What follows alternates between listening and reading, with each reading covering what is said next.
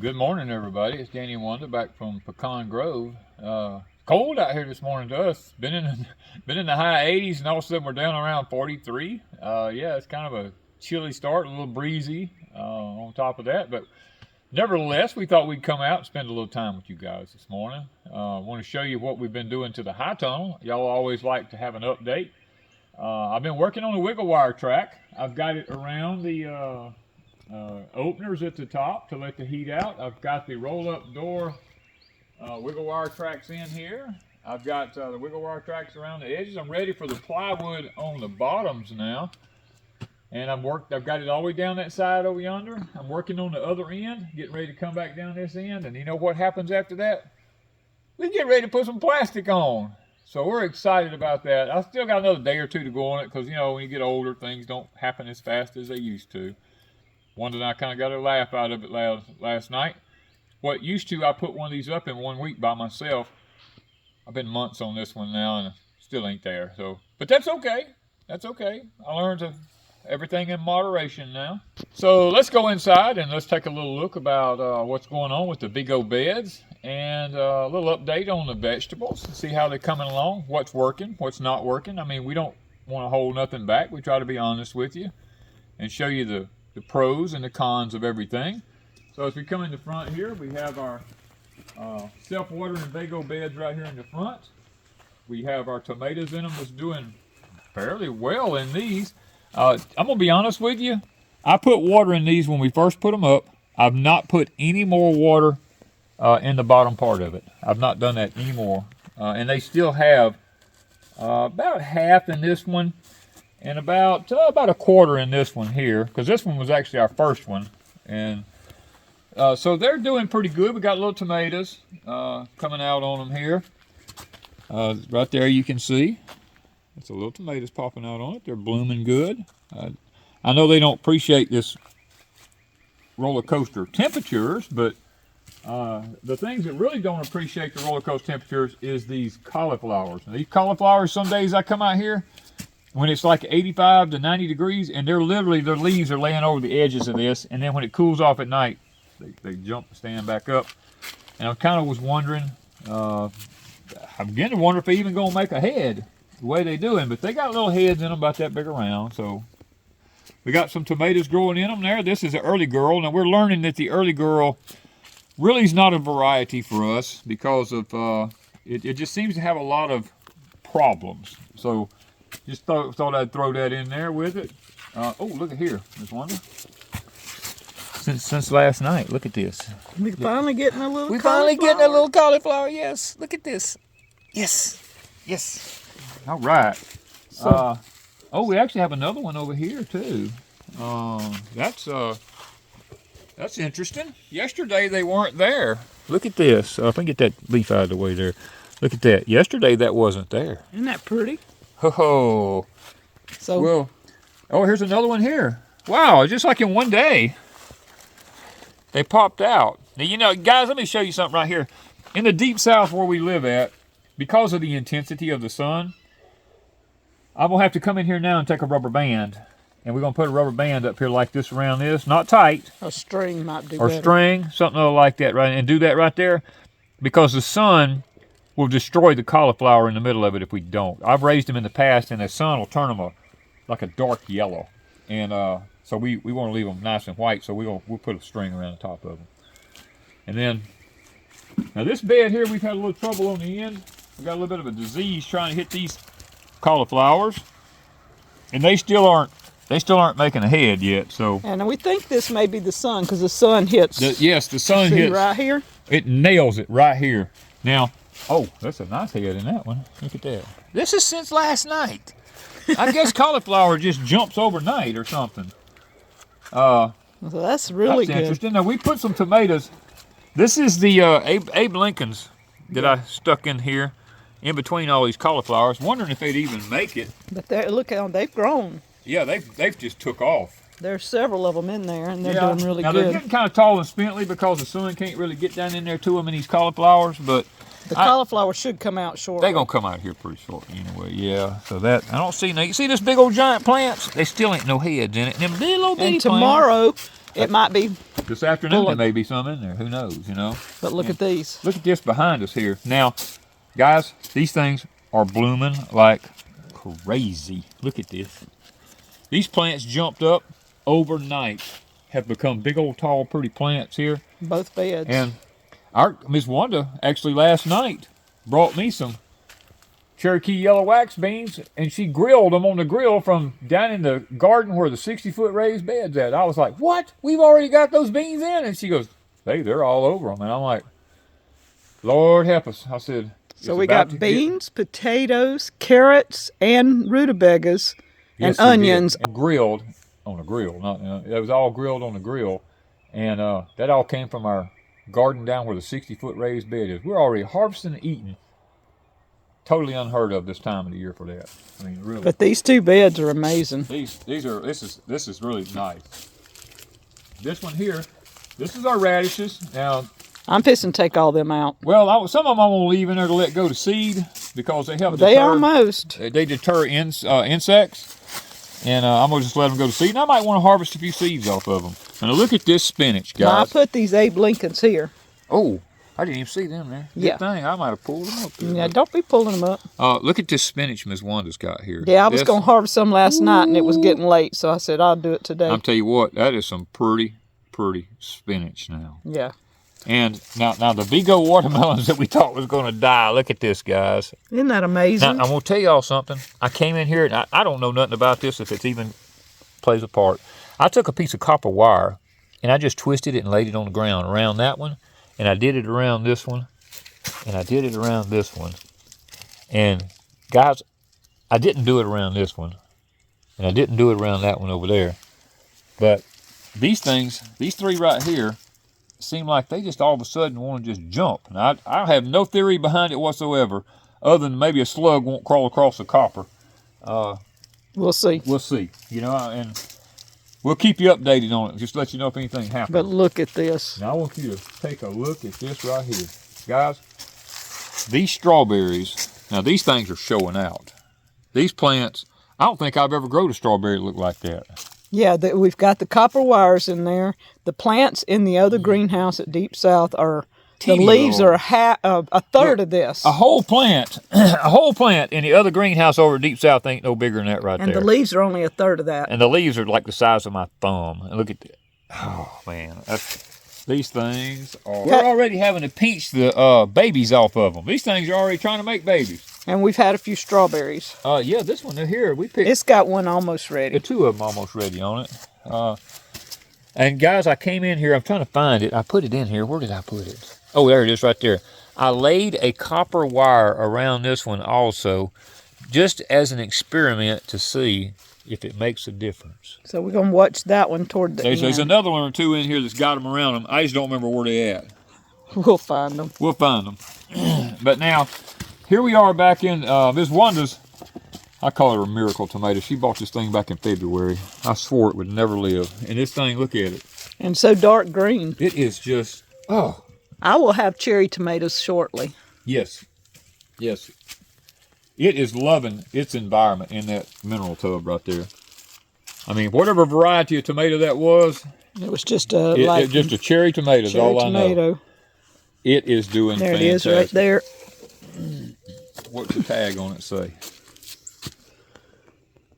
Husky Cherry Red. It's a hybrid. Okay. So no saving the seeds off of that baby for sure. Well, we ain't saving none out here. We ain't saving nothing out of the high tunnel anyway. But now this is another one of our early girls here. And the self-watering Vego planter here. This thing we have fault disease in this thing and fault disease in it.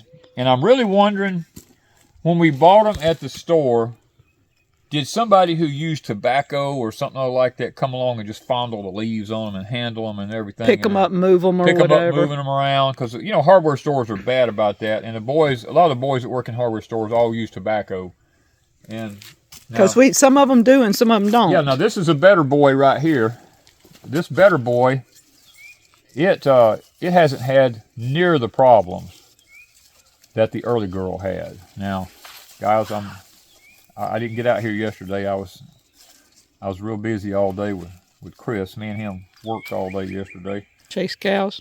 and chase cows and everything else. But you see this one. Look at that. Look at this. I'm all excited. We got maters. Yeah. Now look at the cantaloupe. Look at this cantaloupe that we thought wasn't going to make it here. This thing is already laying down. Blooms everywhere. This is a Vego running around here, done starting to run down here. It's called some kind of cantaloupe. Ambrosia. Ambrosia cantaloupe. Yeah. God, I ain't never. Look at these. Look at this. Look at that radish. I ain't never had a radish. We ain't never had no radishes do something like this. We're just leaving them in here. Look how big that one is getting. We're leaving them as insect deterrents. Look at that one. Look at that. Y'all ever had a radish that looks like a rutabaga? Now look, all of them's that way. Now look, show what the sun's doing. Look at the sun. It's getting so hot out here. We come out here and these radishes are all wilted and laid down during the day because of the sun. And this ground is wet. It ain't because it ain't wet, but it is literally baking. Look how it bakes the leaves. I mean, it's crazy. Now it's not doing all of them. It's kind of where the strip comes right across right here. You see the strip here, and it's like a magnifying glass. Now this cantaloupe right here is doing pretty good. It's getting little blooms on it. Mm-hmm. We might have some cantaloupe here for long. There's one of those little daisies here. Look at that. If you talk about red, that is about as bright red. It's like fluorescent red. It's so bright. Brings the pollinators in though. And these English peas finally decided, you know what? I think I'm going to grow. And they have jumped up and they've grabbed a hold to this fence. We didn't think they was ever going to make it. Now they blooming and doing fantastic. I mean, and then of course now we still got these Cherokee yellow wax beans over here in this bed here too. They're doing really, really good. Starting to finally bloom. Probably, I'm thinking I put it to the Abe Lincolns. I was putting them everywhere. You stuck a couple more of them in here, didn't you? And I put one right here. Okay, just so sticking tomatoes everywhere. So you don't take my Abe Lincolns up anywhere. Now, the white seedless grapes. Almost to get to your first rail. Now this one did get to the first rail. This one did. Now these are, I keep wanting to call these a biblical character named Nimrod, but these are Himrod, H-I-M-R-O-D, Himrods. Never grown them before, but this one finally reached the first metal pipe right here. Anxious to see it just canopy the whole thing. I think if I could ever get the top on here and it could just get warm in here, where it stayed consistently warm, I think it would take off a little better. But this up and down cold is taking its toll on it. Oh my goodness. These eggplants here, guys, look at this. I mean, this looks like something on steroids. All the amendments are kicking in. Now, even back here where I don't have any electroculture at, now, from here back, I got no electroculture. These, they're not half the size of these. But they're finally like, you know, like, hey man, we need to get something going on here, and they're trying to get on up here a little bit. So we're excited. We got blooms all over them. I mean, they are loading up with blooms everywhere. And the size of them leaves, look at that. That's huge. I don't think I ever growed eggplants with leaves like that. And we're out here in the middle of these are our mineral tubs. Our onions are finally wanting to try to put on a little bit of a bulb. Now, are they going to ever do anything? I don't know, you know, if they are or not. We got to go and show you how this gets mixed up. Now, we got one red one ended up here, and the red one's actually bigger than all the rest of them. Got mixed in here with all these others. Now, these right here, guys, I got to tell you about these tomato plants here. We was over at Deepsouth, and we have an old chicken pen over there. And we was looking in that chicken pen because something had dug into it.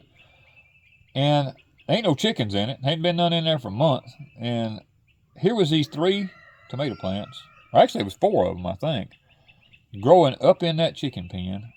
And I told Miss Wanda, I said, I don't know what kind of tomatoes they are. It's something we threw in there at them chickens a year or so ago. Let's dig them up, bring them over here, and put them in a pot. We did. And guys, the first day we put them in here, them things wilted down and hung over the edge of that pot. And I said, well, we lost them. But you know what? We watered them good. And the next day, these things has done popped back up. They've been here about a week now. They've been about a week, and look at that. Them things they're going to have tomatoes on them, I believe, for long. And we have no clue what they are. Now look at these onions. These are a few of them are starting to bulb. These are the sweet Savannahs from Hoss Tool. This is a pot that I raised my transplants in, and I just left a few in there. Of course, we got our Greek oregano. It's finally deciding, hey, I want to do something in this pot. So it's looking pretty. It's looking really, really pretty. Now look at my dill here. Look at this. The dill is finally deciding it wants to grow. That is exciting.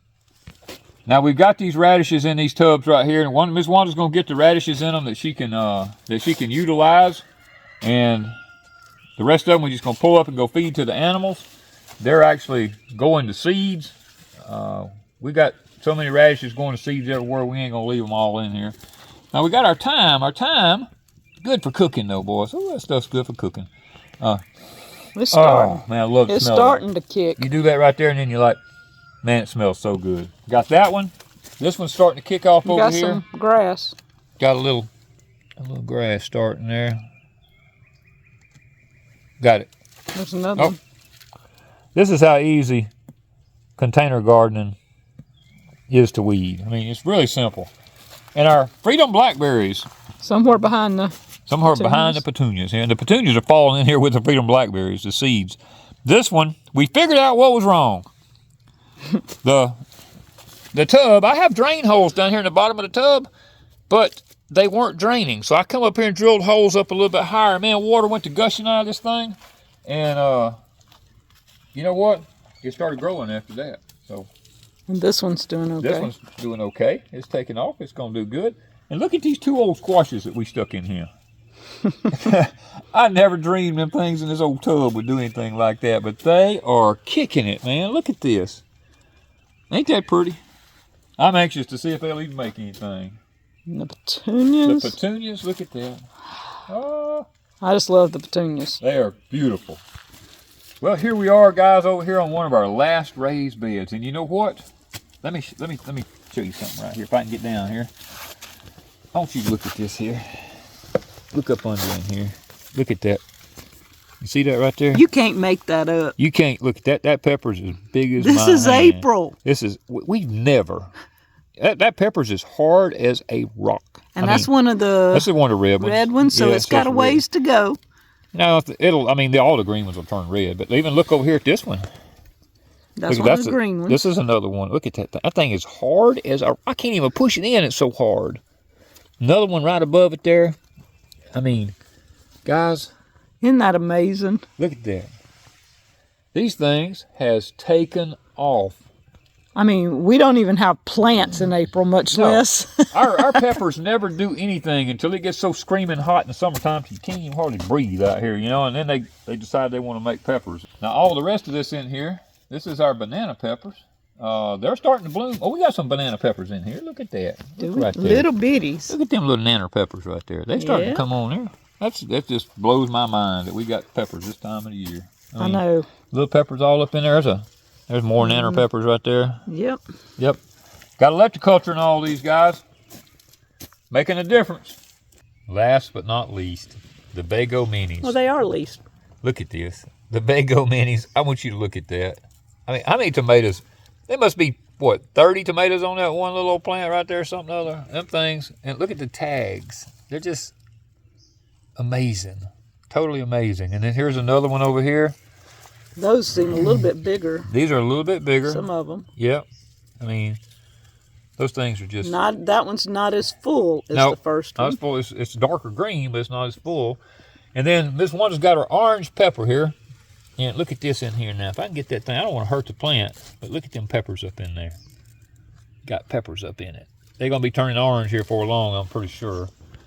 Now, Ms. Wanda has a cucumber y'all are aware of, the Vego cucumber. We actually moved that thing over in a different location by some other beds over there where it could get a little bit more sun. Ms. Wanda's eating cucumbers off that thing already. I mean, it just blows my mind that she's getting cucumbers off of that little old bitty tiny plant. That thing is like, y'all saw it in the video, it's just a little bitty plant. But not only that, Ms. Wanda has been, she's so fell in love with these Vego minis that she's done got her a bunch more of them. They came yesterday. Now she got her some rosemary here, she got her some spearmint, and she got her some basil in here. And she also got some, I don't know where she put them at, but there's some tomatoes. And I put them in different beds. Ms. Wanda got her some seedlings from the Vego company. And she got the brandywine tomatoes and... The Cherokee purple. Yes, I remember seeing a Cherokee purple. So they're in one of these beds. And she got a zucchini squash. I don't know what she's done with all this stuff, but... Oh, I know. I put them in the new novel beds. Oh, that's where your flowers up there in the front. Yeah. Okay, that's what it is. It's in there with her flowers, guys. Okay. So we overlooked that when we were there a while ago. Well, guys, we thought we would just take you in here and show you what's going on. You know, Ms. Wanda loves her little vegetable plants, and she put the ones that she just got in the new novel beds. And I told Ms. Wanda, I said, you know what? I said, those new novel beds is a really good deal. Somebody needs one of those things. So we decided we was going to give one away. And we're going to give away the 6-in-1. And we kind of went back and, you know, if you don't watch the videos, you're not going to know when we give away anything. Because we got where we just don't announce anything like that because there's all these bots and everything start hitting the system. So we decided we're just going to bless people in random in videos, you know, just randomly out there. You leave a comment. So we decided we're going to give somebody a Vego bed there, a novel bed. And I wrote the name down because I don't want to get it wrong. I want to make sure I get this to the right person. And that would be the winner of the Vego novel bed 6-in-1 would be Linda Hopkins, Hopkins 4091.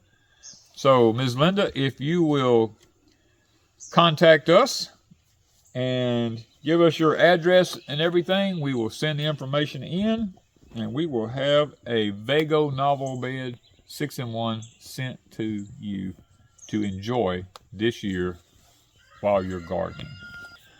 So, Ms. Linda, send your information over to pecangrovems@gmail.com, and we will try to get your information off as quickly as possible so that you can get to enjoying your Vego novel bed as quickly as possible. Okay, congrats to the winner, Ms. Linda. Before I get off of here, guys, I want to listen at this. I don't know if I can catch them. I hear them. They're over by the pond. They're going behind the trees. Yep. Oh well. Never know what you're going to see here at Pecan Grove or here at Pecan Grove. It's a paradise of animals over here. But you know, every time I learn something, I can't help it. I just like to listen to them.